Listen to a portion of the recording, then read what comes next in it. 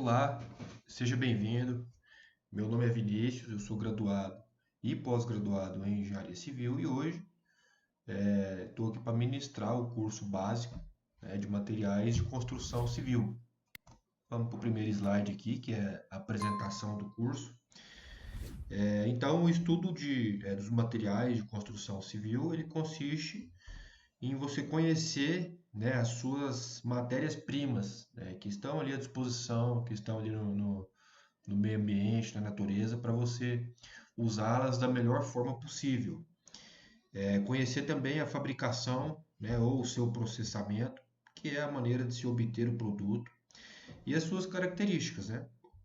Conhecimento aí pelo menos das principais, em se tratando de um curso básico, propriedades físicas, químicas e mecânicas, que geralmente são obtidas em ensaios de laboratório. Com isso, os materiais terão os seus empregos indicados aí pelo uso das tecnologias de aplicação. Então, daqui já dá para ter uma noção, da importância que é esse estudo, para você pegar o que está na natureza, na sua essência natural, e trabalhar, utilizar cada uma dessas matérias da melhor forma possível, de acordo com a necessidade de aplicação, que é muito vasta aí se tratando de construção civil. No próximo slide aí vamos falar um pouco sobre a introdução e aqui especificamente sobre a importância do estudo, que é uma habilidade essencialmente prática, onde se estuda os diversos materiais utilizados em engenharia, a sua obtenção, propriedades, técnicas de utilização, como a gente já bem falou no slide anterior. Mas qual que é a finalidade, A finalidade desse estudo a gente já falou também, é desenvolver aí novas técnicas de emprego, não só novas técnicas, mas apurar as que já, as que já existem e controlá-las também, Pesquisar novos materiais que atendam o desenvolvimento dos processos construtivos. E aí, obviamente, que as novas aplicações, dos materiais vão depender da descoberta de novas propriedades desses materiais. E aí, com o auxílio de laboratório, parte dessa disciplina, desse estudo. Bom, agora, próximo tópico aí da introdução, sistema de unidade e suas grandezas. Sistema de unidade é o conjunto de medidas, para grandezas físicas que existe com o intuito de padronizar, adequar e unificar tais medidas em todo o mundo. Então, basicamente, uma forma aí padronizada, de você conseguir medir, de você quantificar fisicamente aquele determinado material, aquela determinada matéria-prima. Abreviado pela sigla SI, é o conjunto de unidades de medidas correspondentes às grandezas físicas fundamentais e suas derivações, como por exemplo aí o comprimento, Você se mede o comprimento em metro, o tempo, pode se medir em segundo, em minutos, em hora, mas que todos têm uma relação proporcional entre elas e padronizada. A massa em quilogramas, a corrente elétrica ampere, enfim, Kelvin, você mede a temperatura termodinâmica, quantidade de matéria, mol. E aqui no próximo slide eu trouxe um quadro, Um quadro contendo a maioria das grandezas, as suas unidades, o símbolo, padrão que se usa e a definição moderna aí de cada uma delas.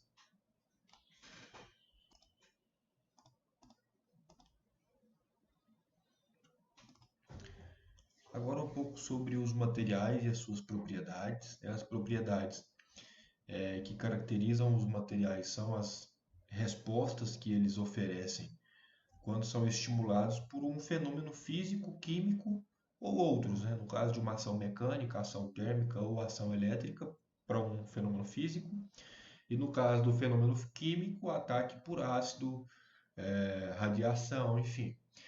Também são propriedades, características e próprias dos materiais, outras respostas ou aspectos, independentemente de haver estímulo, né? Como, por exemplo, o seu peso, o seu volume, a sua durabilidade, também entre outros. E tudo isso vai acabar dependendo aí da microestrutura e do processo de fabricação desse material.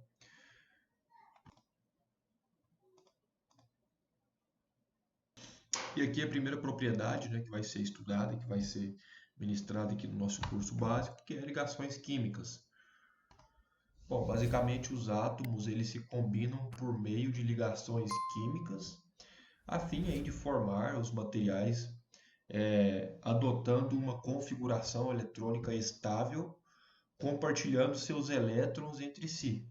A maioria das propriedades dos materiais depende, né, da geometria dos arranjos atômicos e das interações existentes entre átomos e moléculas. Bom, então aqui nós vamos encontrar as ligações primárias, que são as ligações fortes, né, somente rompidas em temperaturas acima de 700 graus Celsius. São elas iônica, né, covalente e metálica, e as ligações secundárias, que são as mais fracas, e também chamadas de ligações de Van der Waals, estando sujeitas ao rompimento abaixo da temperatura de 0 graus. Agora, com relação à classificação dos materiais, os materiais sólidos têm sido agrupados em 3 classificações básicas, mais notadamente cerâmicos, poliméricos e metálicos. Essa classificação ela ocorre em função da composição química e do comportamento geral apresentado. Embora existam alguns materiais de comportamento intermediário. Então, sobre os cerâmicos, né? São os grupos de materiais formados, em sua maioria por ligações iônicas e covalentes, tem um alto ponto de fusão e ebulição, elevada dureza, alta fragilidade, alta densidade e, em geral, são isolantes térmicos e elétricos. Alguns exemplos: pedras, né, que são as rochas, as areias, o cimento, o vidro, o gesso e os materiais argilosos, como as telhas, as manilhas, os tijolos de barro, azulejos e peças sanitárias. Bom, agora os poliméricos, né, são os materiais orgânicos formados por ligações mistas, onde predominam os covalentes entre as moléculas e as ligações secundárias intermoleculares. São materiais em geral dúteis, lembrando aí que a ductilidade é a capacidade que esse material tem, né, de sofrer deformação. Outras características, né, de baixa temperatura de fusão, baixa dureza, baixa densidade e fraca resistência mecânica, sendo isolantes térmicos e elétricos predominantemente. Por exemplo, materiais plásticos, né, as tintas, as fórmicas, o isopor, a borracha, o asfalto e os adesivos. E por último, os metálicos, né, que são os materiais aí formados por ligações predominantemente metálicas. Então, eles são sólidos, né, algumas características, novamente, sólidos a temperatura ambiente, exceto o mercúrio, né, que é líquido, e conduzem a corrente elétrica e o calor, são dúteis, maleáveis e geralmente de baixa dureza, exceto o aço e o titânio. Dei uma corrigida aqui no slide, então, terceiro tópico aí, né, agora está correto. Alguns exemplos aí dos metálicos, que é o cobre, o alumínio, o chumbo e as ligações metálicas, aço, bronze, latão. São alguns exemplos aí, né? Vamos para o próximo slide. Então, antes de falar da propriedade física, vamos falar um pouco, né, dos compósitos que constituem um grupo de materiais de composição diversificada e de recente estudo para as novas tecnologias de aplicação. Então, eles resultam da combinação de dois ou mais materiais cada qual com suas propriedades características, mas cuja combinação resultará em um material de características superiores às de cada componente. As propriedades notáveis dos compósitos, elas são alcançadas embutindo inclusões, fibras ou partículas, de uma substância em uma matriz hospedeira de outra substância, de modo a obter-se uma combinação sinérgica, que é o esforço, coordenado de vários órgãos na realização de uma função única. Então, o concreto, a argamassa, o cimento, amianto, o papel, os plásticos misturados com fibra de vidro e fibra de carbono, a madeira natural e as transformadas, que são compensado e aglomerado, entre muitos outros materiais, são alguns exemplos. Bom, e agora sim sobre a propriedade física. O que é a propriedade física? Elas caracterizam numericamente, quantitativamente, as propriedades dos materiais, porém, é preciso observar que consistem em propriedades características de materiais e propriedades características de peças ou corpos produzidos com esses materiais. Então, as primeiras são características que não dependem da massa, características intensivas, como a densidade, e as outras são características que dependem da massa de material, características extensivas, assim como o volume depende da extensão ou do tamanho da peça. Ou seja, as intensivas, cada material vai ter a sua, pelo menos a sua média, a sua densidade média, por exemplo. Já as extensivas, cada porção daquele determinado material vai ter uma diferente. Claramente, se você separa 4, 5 porções diferentes de um mesmo material, cada porção vai ter um volume diferente. Vamos para o próximo slide. A primeira propriedade física, que é a massa unitária e o peso unitário. Então, a massa unitária consiste basicamente na relação entre a massa de uma determinada quantidade desse material e o volume aparente ocupado por essas massas.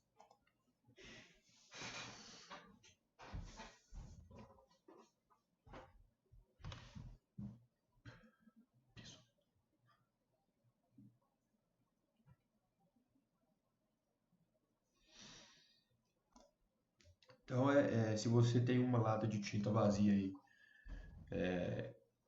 por exemplo, de 10 litros, para facilitar o cálculo, você enche ela, por exemplo, de brita, e aí você pesa, essa massa de brita, sem a lata, e aí você vai ter o peso, que vai acusar ali na balança, numericamente, e o volume vai ser exatamente o volume da lata. Então, o volume, nesse caso, o volume é facilmente obtido.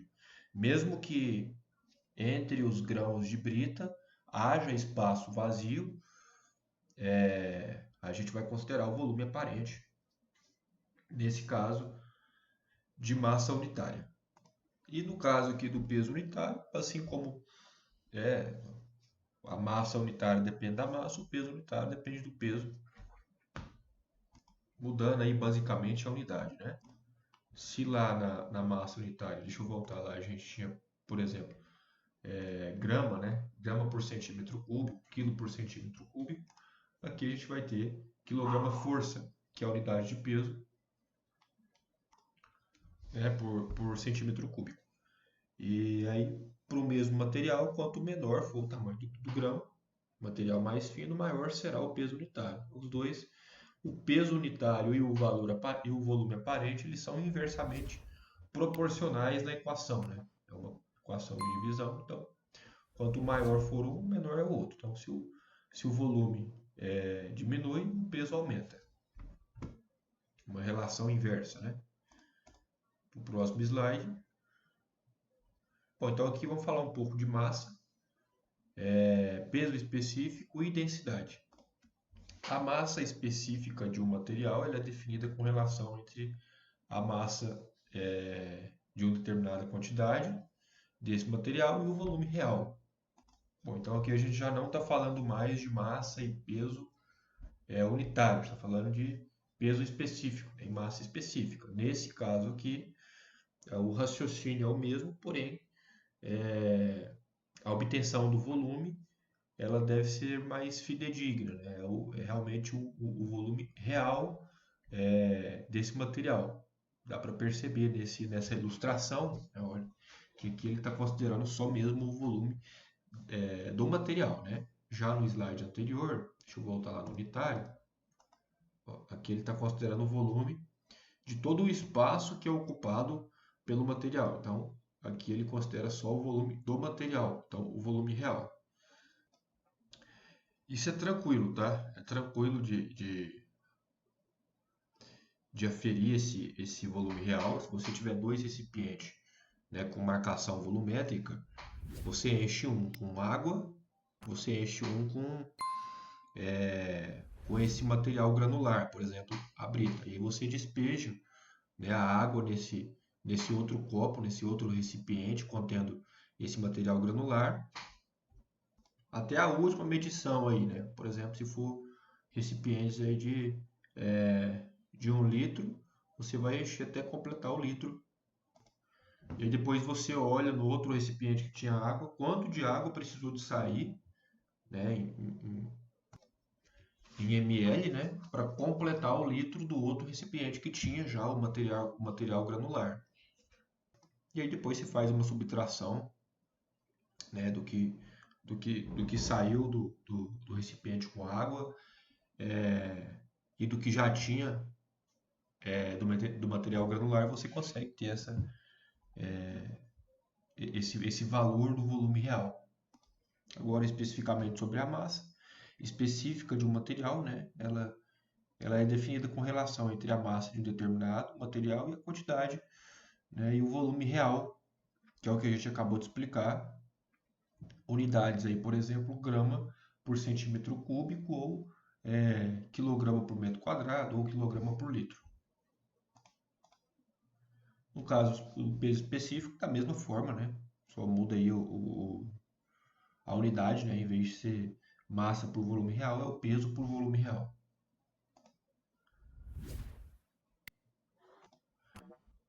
E agora, né, sobre a densidade de um material, a densidade é a relação entre a massa de uma determinada quantidade de material e a massa de igual volume de água. E aí, por ser uma relação entre duas massas, né, massa em cima e massa embaixo, corta as unidades, né, e vira uma unidade adimensional. Na verdade, uma unidade não, uma relação adimensional, né, que não tem medida nem unidade de medida, né?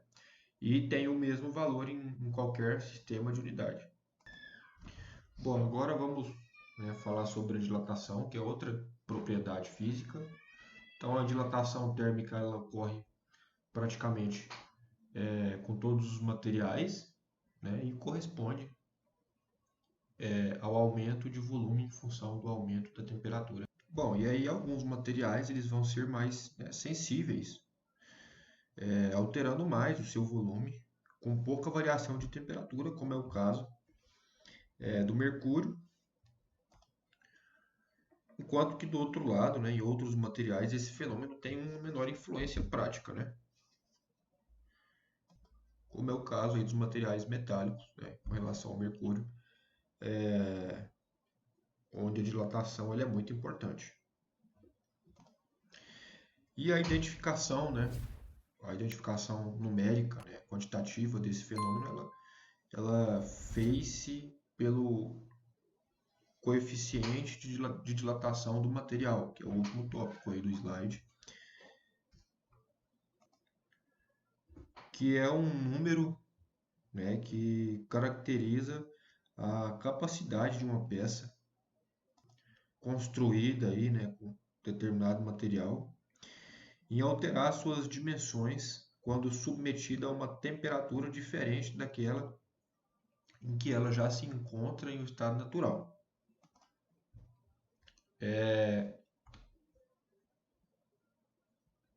Aqui a gente abordou um exemplo, né? Então, se a barra de um material metálico é um exemplo esquemático, então se essa barra que tem o comprimento L1, ao se encontrar na temperatura T1 e ela tem um comprimento L2 ao se encontrar, né, numa outra temperatura, temperatura T2, então define-se o coeficiente de dilatação linear desse material, que compõe a barra, onde a única dimensão considerável é o seu comprimento.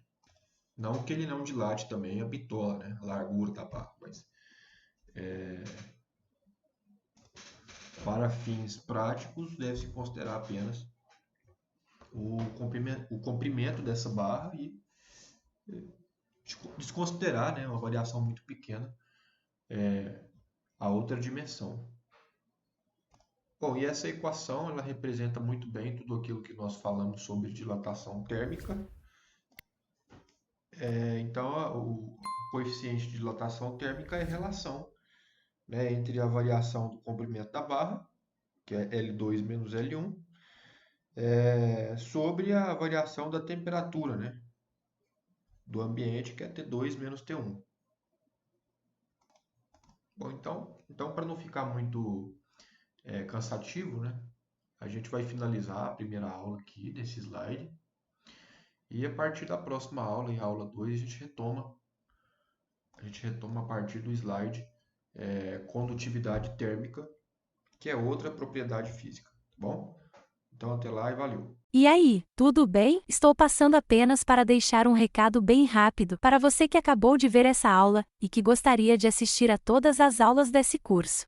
É bem fácil, basta você clicar no link que está na descrição deste vídeo ou acessar www.novacursos.com.br. Fazendo sua matrícula em nosso site, você terá acesso a todas as aulas desse curso e mais centenas de outros cursos, além de poder fazer avaliação. E caso você queira, poderá estar adquirindo o certificado com um valor bem acessível. Esse foi o recado que eu queria dar, aguardo sua matrícula. Até breve!